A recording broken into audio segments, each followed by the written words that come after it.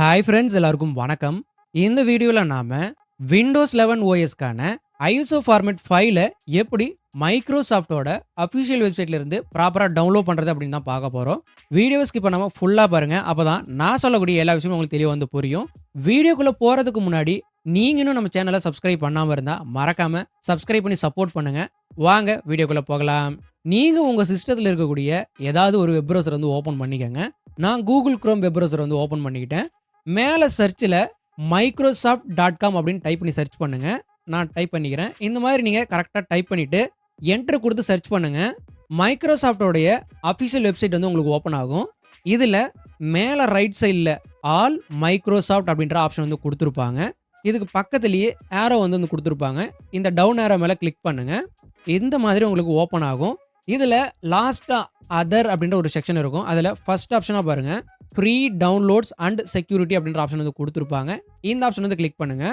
உங்களுக்கு ஸ்க்ரீனில் இப்போ டாப் டவுன்லோட் சென்டர் கேட்டகரிஸ் அப்படின்னு சொல்லிட்டு இந்த மாதிரி ஒரு பேஜ் வந்து ஓப்பன் ஆகும். கீழே ஸ்க்ரோல் பண்ணி வாங்க. ஃபர்ஸ்ட் ஆப்ஷனாக நமக்கு விண்டோஸ் அப்படின்றத கொடுத்துருப்பாங்க. இந்த விண்டோஸ் மேலே கிளிக் பண்ணிக்கோங்க. இப்போ உங்களுக்கு பாப்புலர் விண்டோஸ் டவுன்லோட்ஸ் அப்படின்னு சொல்லிட்டு இந்த மாதிரி பேஜ் வந்து ஓப்பன் ஆயிருக்கும். இதில் கீழே ஸ்க்ரோல் பண்ணி வாங்க. விண்டோஸ் 11 விண்டோஸ் 10 அப்படின்ற 2 செக்ஷன் வந்து கொடுத்துருப்பாங்க. நமக்கு விண்டோஸ் 11 தான் தேவை. அதனால விண்டோஸ் 11 அப்படின்ற இந்த ஆப்ஷன் மேலே கிளிக் பண்ணுங்க மவுஸ் யூஸ் பண்ணி. டவுன்லோட் விண்டோஸ் 11 அப்படின்ற இந்த பேஜ் வந்து ஓப்பன் ஆகும். இதில் கீழே ஸ்க்ரோல் பண்ணி வாங்க. டவுன்லோட் விண்டோஸ் 11 டிஸ்க் இமேஜ் அப்படின்னு போட்டு ப்ராக்கெட்டில் ஐஎஸ்ஓன்னு இருக்கும். ஃபார் X64 டிவைசஸ் அப்படின்னு போட்டு இந்த மாதிரி ஒரு செக்ஷன் வந்து இருக்கும். இந்த செக்ஷனுக்குள்ளே வந்துக்கங்க. கீழே செலக்ட் டவுன்லோட் அப்படின்ற ஆப்ஷன் வந்து இருக்கும். இந்த ஆப்ஷன் மேலே மவுஸ் யூஸ் பண்ணி கிளிக் பண்ணிங்கன்னா இந்த மாதிரி ஓப்பன் ஆகும். இதில் விண்டோஸ் 11 அப்படின்ற ஆப்ஷனை கிளிக் பண்ணுங்கள். கிளிக் பண்ணி செலக்ட் பண்ணிக்கோங்க. செலக்ட் பண்ணதுக்கு அப்புறம் கீழே இருக்கக்கூடிய இந்த டவுன்லோட் நவ் அப்படின்ற ஆப்ஷன் வந்து கிளிக் பண்ணுங்கள். இப்போ உங்களுக்கு செலக்ட் தி ப்ராடக்ட் லாங்குவேஜ் அப்படின்ற இந்த செக்ஷன் வந்து புதுசாக ஓப்பன் ஆகிருக்கும். இதில் சூஸ் ஒன் அப்படின்ற ஆப்ஷன் இருக்கும். இந்த ஆப்ஷன் மேலே கிளிக் பண்ணுங்கள். இங்கே உங்களுக்கு என்ன லாங்குவேஜ் வேணுமோ அதை நீங்கள் செலக்ட் பண்ணிக்கலாம். நான் இங்கிலீஷ் ப்ராக்கெட்டில் யுனைடெட் ஸ்டேட்ஸ் அப்படிங்கிற இந்த ஆப்ஷன் வந்து செலக்ட் பண்ணிக்கிறேன். உங்களுக்கு இங்கிலீஷ் இன்டர்நேஷனல் வேணும் அப்படின்னா நீங்கள் செலக்ட் பண்ணிக்கலாம். உங்கள் விருப்பம் தான். நான் இங்கிலீஷ் யுனைடெட் ஸ்டேட்ஸ் அப்படின்றத செலக்ட் பண்ணிக்கிறேன்.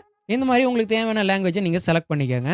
செலக்ட் பண்ணதுக்கப்புறம் கீழே இருக்கக்கூடிய கன்ஃபர்ம் அப்படின்ற ஆப்ஷன் வந்து கிளிக் பண்ணுங்கள். இப்போ உங்களுக்கு டவுன்லோட் விண்டோஸ் 11 இங்கிலீஷ் ப்ராக்கெட்டில் நான் கொடுத்த யுனைடெட் ஸ்டேட்ஸ் இருக்குது. நீங்கள் என்ன லாங்குவேஜ் சூஸ் பண்ணீங்களோ அது வந்து இங்கே கொடுத்துருப்பாங்க.